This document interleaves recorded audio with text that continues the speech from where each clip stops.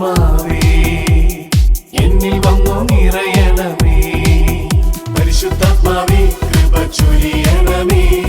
പരിശുദ്ധാത്മാവേ ശക്തി പകരണമേ. സുവിശേഷത്തിൽ ആരംഭം മുതൽ ഈശോ നമ്മളോട് പറയാൻ ആഗ്രഹിക്കുന്ന ഒരു കാര്യമാണ്, ദൈവത്തിൻ്റെ സ്വഭാവം മാറുന്നില്ല.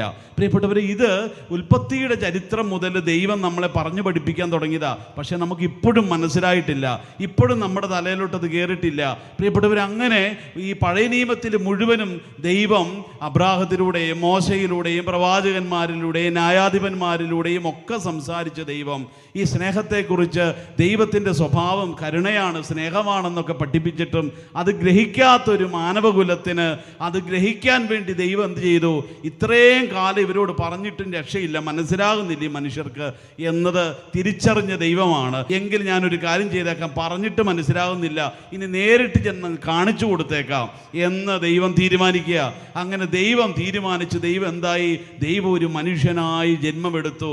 ദൈവം നമ്മളിൽ ഒരുവനായി, സ്ത്രീയിൽ നിന്ന് ജാതനായി എന്ന് പൗലോസ് എഴുതി വയ്ക്കുകയാണ്. അങ്ങനെ നമ്മളെപ്പോലെ മജ്ജയും മാംസവുമുള്ള ഒരു മനുഷ്യ ശിശുവായിട്ട് ദൈവം വന്ന് പിറക്കുക. പ്രിയപ്പെട്ടവരെ, അങ്ങനെ ദൈവം നമ്മളിൽ ഒരുവനായിട്ട് വന്ന് പിറന്നു. നമ്മൾ അവന് പിറക്കാൻ ഇടം കൊടുത്തില്ല, അവൻ്റെ സ്വഭാവം മാറിയില്ല. അവൻ പിറന്നു കഴിഞ്ഞപ്പോൾ നമ്മൾ അവനെ ആ പിറന്ന കാലിത്തൊഴുത്തിൽ നിന്ന് ഓടിച്ചു, അവൻ്റെ സ്വഭാവം മാറിയില്ല.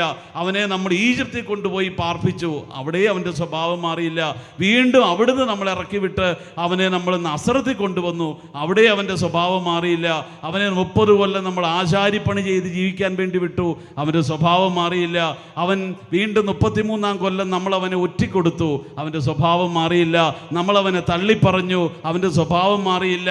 നമ്മളവനെ അവൻ പിടിക്കപ്പെട്ടപ്പോൾ നമ്മളെല്ലാവരും കൂടെ നിന്നവർ നിൻ്റെ കൂടെ മരിച്ചേക്കാന്നൊക്കെ പറഞ്ഞ് ഏതാനും മണിക്കൂർ മുമ്പ് വരെ നിന്ന് നമ്മൾ ഓടിപ്പോയി. പക്ഷേ ഈശോയുടെ സ്വഭാവം മാറിയില്ല. നമ്മളവനെ മരണത്തിന് വിധിച്ചു, അവൻ്റെ സ്വഭാവം മാറിയില്ല. അവൻ അകാരണമായിട്ടുള്ള 2 ശിക്ഷണ നടപടികൾ നമ്മൾ കൊടുത്തു, അവൻ്റെ സ്വഭാവം മാറിയില്ല. അവൻ്റെ തോളിൽ അന്യായമായ കുരിശുമരം നമ്മൾ ചുമത്തി, അവൻ്റെ സ്വഭാവം മാറിയില്ല. അവനെ വലിച്ചിഴച്ച് നമ്മൾ ഗാഗുൽത്താ മലയുടെ മുകളിൽ കൊണ്ടുവന്നു, അവൻ്റെ സ്വഭാവം മാറിയില്ല. അവിടെ വെച്ച് അവനെ നമ്മൾ നഗ്നനാക്കി പരസ്യമാക്കി. പ്രിയപ്പെട്ടവരെ, അവൻ്റെ സ്വഭാവം മാറിയില്ല. അവനെ നമ്മൾ കരചരണങ്ങൾ ആണികൾ അടച്ച കുരിശിന്മേൽ ബന്ധിച്ചു നിർത്തി, അവൻ്റെ സ്വഭാവം മാറിയില്ല. അവനെ നമ്മൾ കുരിശിൽ 3 മണിക്കൂർ സമയം തൂക്കിയിട്ട് അവനെ അപമാനിക്കുകയും നിന്ദിക്കുകയും അവഹേളിക്കുകയും വെല്ലുവിളിക്കുകയും ചെയ്തു, അവൻ്റെ സ്വഭാവം മാറിയില്ല. അവനെ നമ്മൾ കുരിശിന്മേൽ തൂക്കിയിട്ട് കൊന്നു, അവൻ്റെ സ്വഭാവം മാറിയില്ല. അവനെ കൊന്നിട്ടും നമ്മുടെ കലിപ്പ് തീരാതെ നമ്മൾ അവൻ്റെ മൃതശരീരത്തിലേക്ക് ഒരു വലിയ കുന്തം കൊണ്ടുവന്നിട്ട് കുത്തി അവൻ്റെ മൃതശരീരത്തെ വീണ്ടും നമ്മൾ മുറിപ്പെടുത്തി, അവൻ്റെ സ്വഭാവം മാറിയില്ല. അവനിങ്ങനെ മരിച്ചു കഴിഞ്ഞ ശേഷവും അവനിങ്ങനെ അനുഗ്രഹിച്ചുകൊണ്ടിരുന്നു. അവൻ്റെ അധരങ്ങളിൽ നിന്ന് ശാപത്തിൻ്റെ വാക്കുകൾ വന്നില്ല, അവൻ്റെ അധരങ്ങളിൽ നിന്ന് സങ്കടത്തിൻ്റെ വാക്കുകൾ വന്നില്ല, അവൻ്റെ അധരങ്ങളിൽ നിന്ന് ഒരിക്കലും ഒരു പിറുപിറുപ്പ് വന്നില്ല. പ്രിയപ്പെട്ടവരെ, ഈശോ കുരിശിൽ കിടന്നുകൊണ്ട് അവിടുന്ന് പഠിപ്പിച്ചത്, അവിടുന്ന് മനുഷ്യനായി പിറവിയെടുത്തുകൊണ്ട് ലോകത്തോട് കാണിച്ചു തന്നതും വെളിപ്പെടുത്തിയതും ഒറ്റ കാര്യമാണ്: ദൈവത്തിൻ്റെ സ്വഭാവം മാറില്ല. ദൈവമാണ്, ദൈവത്തിൻ്റെ സ്വഭാവം മാറില്ല.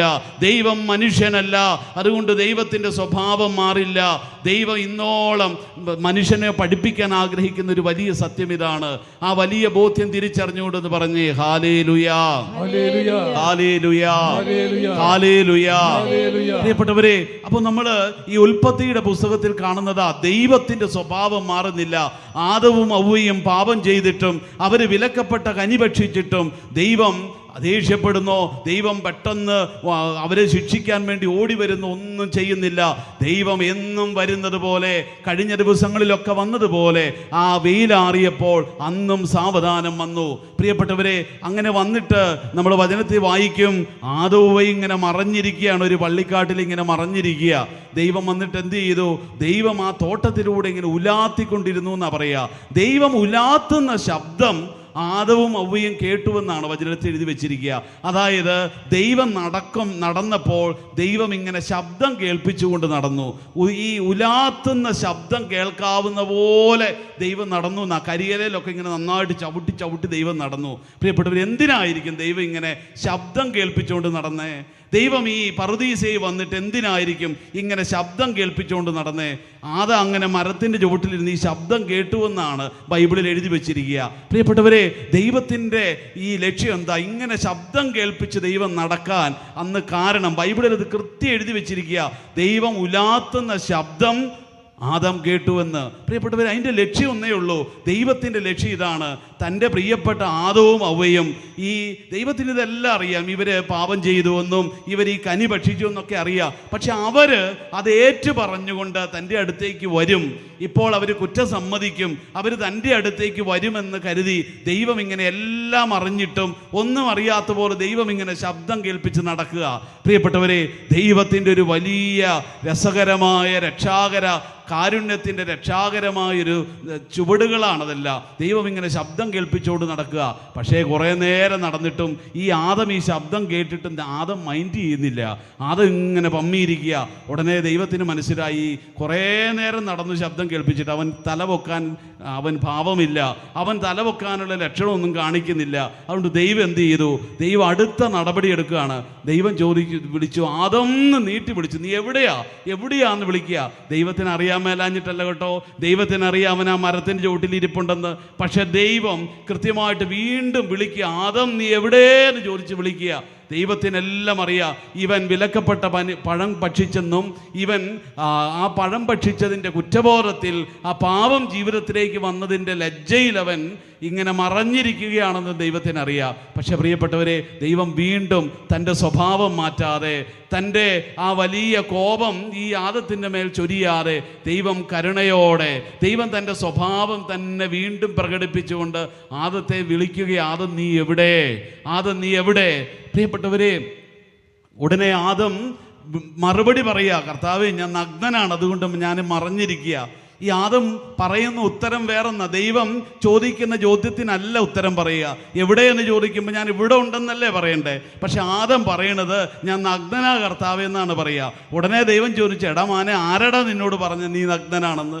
ആരാ നിന്നോട് പറഞ്ഞു? ദൈവം വീണ്ടും ഇവനോട് ചോദിക്കുക. പ്രിയപ്പെട്ടവരെ, ഇവൻ ഏറ്റു പറയണമെന്ന് ദൈവം ഒത്തിരി ആഗ്രഹിക്കുന്നുണ്ട്. ഇവൻ സമ്മതിക്കണം ഇവൻ്റെ പിഴവ് എന്ന് ദൈവം ഒത്തിരി ആഗ്രഹിക്കുന്നുണ്ട്. അതിനുവേണ്ടി ദൈവം വീണ്ടും ഇവനോട് ചോദിക്കുക, ആരാമോനെ പറഞ്ഞത് നീ നഗ്നനാണെന്ന്?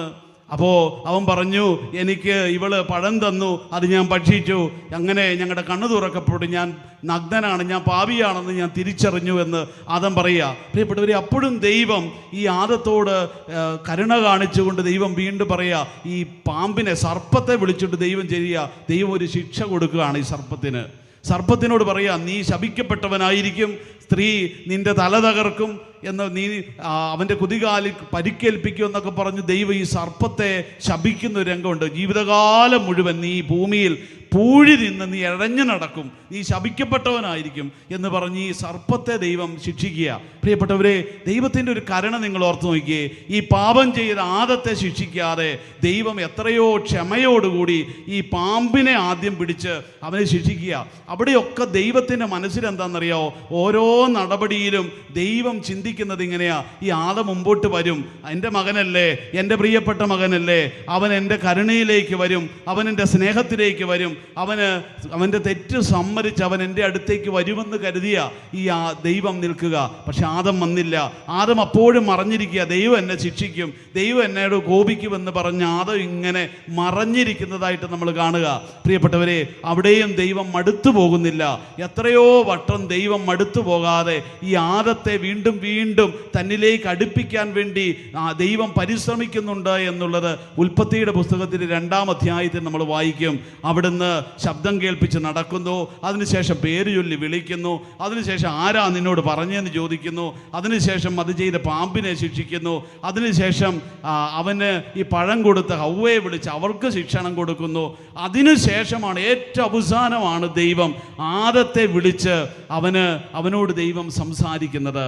പ്രിയപ്പെട്ടവരെ, ഈ ആദം ഇത്രേ സമയം ഈ തൻ്റെ കുറ്റം അംഗീകരിക്കാതെ, താൻ ചെയ്ത പിഴവ് സമ്മതിക്കാതെ ഇങ്ങനെ മറഞ്ഞിരിക്കുക മറഞ്ഞിരിക്കുന്ന, ഒളിച്ചിരിക്കുന്ന, ദൈവത്തിൽ നിന്ന് രക്ഷപ്പെടുമാമെന്ന് കരുതി ഇങ്ങനെ വ്യാമോഹത്തിൽ കഴിയുന്ന ഈ ആദത്തെ ദൈവം മടുക്കുന്നില്ല, ദൈവം വെറുക്കുന്നില്ല, ദൈവം അവനെ ശപിക്കുന്നില്ല. പ്രിയപ്പെട്ടവരെ, മറിച്ച് അവനൊരു ശിക്ഷണം കൊടുത്ത് വീണ്ടും അവനോട് കരുണയോടെ പെരുമാറുന്ന, അവനൊരു വലിയ വാഗ്ദാനം കൊടുക്കുന്ന, അവനെ തള്ളിക്കളയാത്ത, അവനെ വീണ്ടും പറുദീസായിലേക്ക് കൊണ്ടുവരുവാൻ വേണ്ടി ആ പറുദീസയിൽ വെച്ച് തന്നെ വലിയ വാഗ്ദാനം നടത്തുന്ന ഒരു ദൈവത്തെ നമ്മൾ കാണുന്നുണ്ട്.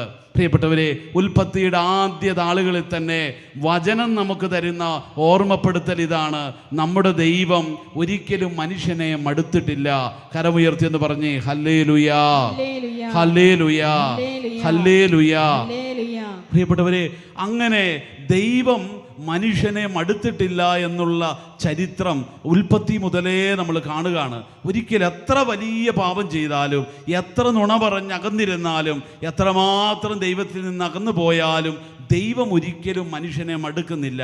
ദൈവം ഒരിക്കലും മനുഷ്യനെ മടുക്കുന്നില്ല. നമുക്കറിയാം, ദൈവത്തിന് ഏറ്റവും വലിയ നൊമ്പരം കൊടുത്തതാരാ? ദൈവത്തിന് ഏറ്റവും വലിയ നൊമ്പരം കൊടുത്തത്, ദൈവം ഏറ്റവും വലിയ സ്നേഹത്തോടെ തൻ്റെ ഛായയിലും സാദൃശ്യത്തിലും സൃഷ്ടിച്ച ആദമാണ് ദൈവത്തിന് ഏറ്റവും വലിയ വേദന കൊടുത്തത്. നമ്മൾ വചനത്തിൽ വായിക്കും, തമ്പുരാൻ്റെ ഹൃദയത്തിന് ഏൽപ്പിച്ച ഏറ്റവും വലിയ വേദനയായിരുന്നു ആദം കൊടുത്ത ഈ പാപം, ആദം ചെയ്ത ഈ പാപം.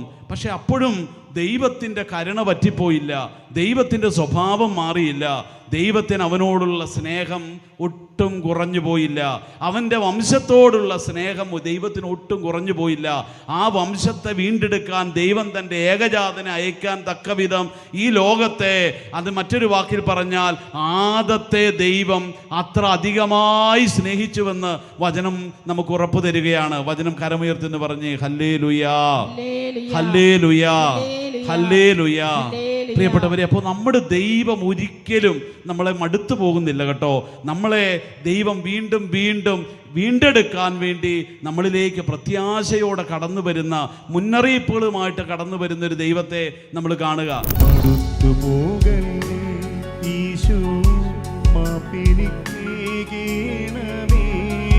ഈശോയോട് പറഞ്ഞേ, മടുത്തു പോകല്ലേ ഈശോ, എന്റെ ജീവിതത്തോട് കർത്താവേ മടുത്തു പോകല്ലേ ഈശോ, ജീവിതത്തെ സമർപ്പിച്ച് ഒരിക്കൽ കൂടി പ്രാർത്ഥിച്ചേ. മടുത്തു പോകല്ലേ ഈശോ, മാപ്പെനിക്കേകേണമേ. മടുത്തു പോകല്ലേ ഈശോ, മാപ്പെനിക്കേകേണമേ. ദൈവമേ, എന്നെ മടുക്കരുതേ. മടുത്തു പോകല്ലേ ഈശോ, മാപ്പെനിക്കേകേണമേ. കണ്ണുകളടച്ച് കരങ്ങൾ കൂപ്പി ഒന്ന് പ്രാർത്ഥിച്ചേ. ദൈവത്തിൻ്റെ ആ വലിയ കൽപ്പന ലംഘിച്ച ആദവും അവയും, പക്ഷേ ആദവും അവയുടെയും പ്രാർത്ഥന ഇതേയായിരുന്നു: ദൈവമേ, നീ എന്നെ മടുത്തു പോകരുത്. ഞാൻ പാപം ചെയ്തവനാണ്, ഞാൻ കൽപ്പന ലംഘിച്ചവനാണ്, ഞാൻ പറുദീസയിൽ നിന്ന് പുറത്താക്കപ്പെട്ടവനുമാണ്. എങ്കിലും ദൈവമേ, നീ എന്നെ മടുത്തു പോകരുതേ. ആദത്തിൻ്റെ അവയുടെയും ഹൃദയത്തിൻ്റെ വിലാപവും പ്രാർത്ഥനയും പ്രതീക്ഷയും അതായിരുന്നു. ഇനി ഒറ്റ പ്രതീക്ഷയെ എൻ്റെ ദൈവമേ എനിക്കുള്ളൂ: നീ എന്നെ മടുത്തു പോകരുത്, നീ എന്നെ മറന്നു പോകരുത്. അതുകൊണ്ടല്ലേ ദൈവം ആദത്തോട് പറഞ്ഞു, ഞാൻ നിന്നെ വീണ്ടും പറുദീസയിലേക്ക് കൂട്ടിക്കൊണ്ടുവരാൻ ഞാൻ എൻ്റെ പുത്രനെ അയക്കും. ഞാൻ നിന്നെ മറക്കുകയല്ല, ഞാൻ നിന്നെ ഒരിക്കലും മറക്കില്ല. മാനവകുലത്തെ വീണ്ടും പറുദീസായുടെ വാതിലിലേക്ക് തിരിച്ചു കൊണ്ടുവരാൻ ഞാൻ എൻ്റെ പുത്രനെ അയക്കും. പ്രിയപ്പെട്ടവരെ, അതാണ് ദൈവം നമ്മളോട് കാണിക്കുന്ന വലിയ സ്നേഹം. ആ സ്നേഹത്തെ ഓർത്തുകൊണ്ട് ആദം ആഗ്രഹിച്ചതുപോലെ നമുക്കൊന്ന് ആഗ്രഹിക്കണ്ടേ? ആദം പ്രാർത്ഥിച്ചതുപോലെ നമുക്കൊന്ന് പ്രാർത്ഥിക്കണ്ടേ? ദൈവമേ, നീ എന്നെ മടുക്കരുത്, അത് മാത്രം മതി. ദൈവമേ, നീ എൻ്റെ കുടുംബത്തെ മടുക്കരുത്. എൻ്റെ കുടുംബം ഇങ്ങനെയാ, കുറേ കാലമായി. ദൈവമേ, നീ മടുക്കരുത് എൻ്റെ വീടിനെ. ദൈവമേ, എൻ്റെ ജീവിത പങ്കാളി ഇങ്ങനെയൊക്കെയാണ്, നീ മടുത്തു പോകരുത് കർത്താവേ. ദൈവമേ, എൻ്റെ കുഞ്ഞുങ്ങൾ ഇങ്ങനെയാണ്, പ്രാർത്ഥനയില്ല, ദൈവഭയമില്ല, തോന്നിവാസ ജീവിതമാണ്. ദൈവമേ, നീ മടുക്കരുത്. നീ മടുക്കുന്നതാണ് ഏറ്റവും വലിയ നഷ്ടം. ദൈവമേ, നീ മടുക്കാതെ എൻ്റെ വീടിനോട്, എൻ്റെ ജീവിത പങ്കാളിയോട്, എൻ്റെ മക്കളോട്, എൻ്റെ തലമുറയോട് ദൈവമേ നീ കരുണ കാണിക്കണേ എന്ന് പ്രാർത്ഥിച്ച് നമുക്ക് ഒരിക്കൽ കൂടി ഒന്ന് പാടി പ്രാർത്ഥിക്കാം. ഈശോയെ നീ മടുത്തു പോകരുതേ. മടുത്തു പോകല്ലേ ഈശോ മാപ്പെനിക്കേകണമേ. ഹൃദയത്തിൽ നിന്നത് പ്രാർത്ഥിച്ചേ. മടുത്തു പോകല്ലേ ഈശോ മാപ്പെനിക്കേകണമേ. മടുത്തു പോകല്ലേ ഈശോ മാപ്പെനിക്കേകണമേ. മനസ്സു മാറാത്ത മനസ്സു വയ്ക്കാത്ത മാലിന്യമാമെന്നെ മടുത്തു പോകല്ലേ. മനസ്സു മാറാത്ത മനസ്സു വയ്ക്കാത്ത മാലിന്യമാമെന്നെ മടുത്തു പോകല്ലേ. ഒരിക്കൽ കൂടി പാടിക്കേ. മനസ്സു മാറാത്ത മനസ്സു വയ്ക്കാത്ത മാലിന്യമാമെന്നെ മടുത്തു പോകല്ലേ.